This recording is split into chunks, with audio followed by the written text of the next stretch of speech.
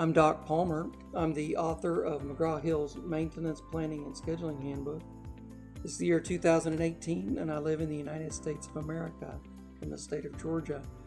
Alexis Donoso asked me to give this presentation for the people in Chile for the AGA-MAC Asset Management Association, and Alexis is the chairman this year.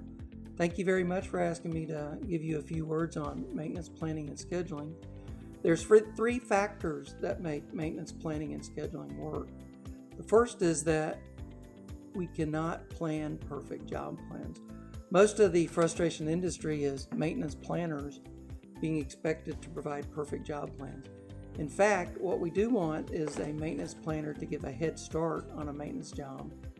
The craftspersons to realize it's not perfect, and instead of getting the planner to correct any mistakes, the craftsmen go ahead and correct mistakes and do the work the way it should be and write down improvement suggestions so the plan can be improved for the next time. Then the planner, his primary role is to become a craft historian and save that information so the next time and every future time we do that job, we can do a better job.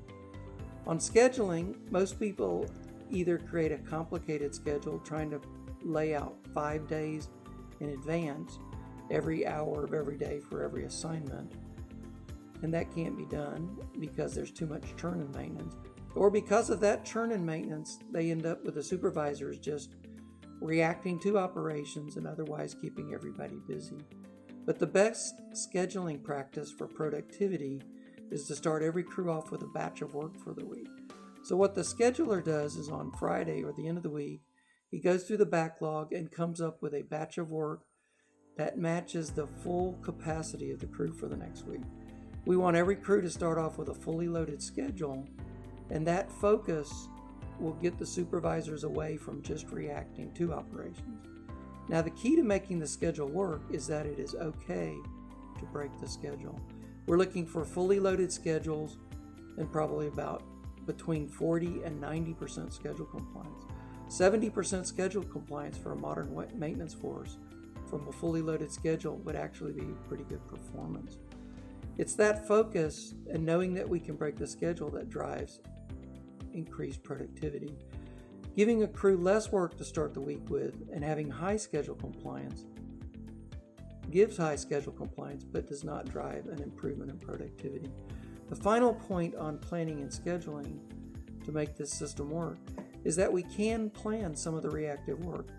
What maintenance planners should do is stay in touch with a supervisor, and for new urgent work, if the work is not going to start today, the planner should try to do a quick job plan for jobs that will start later on. So even though the work can't wait until next week, we won't tell the supervisor to wait, but we can still make a job plan knowing that we don't have to be perfect. Many times we can get an improved job plan from the file that we've been working on for several years. So these three factors, running planning as a cycle of improvement, doing scheduling as a batch of work to focus the supervisors for the week, and planning some of the work, reactive work, make a modern planning and scheduling program very successful. I worked in the maintenance department of a large electric utility in Florida for 20 years, and we got this program working very well. And McGraw-Hill asked me to write their handbook.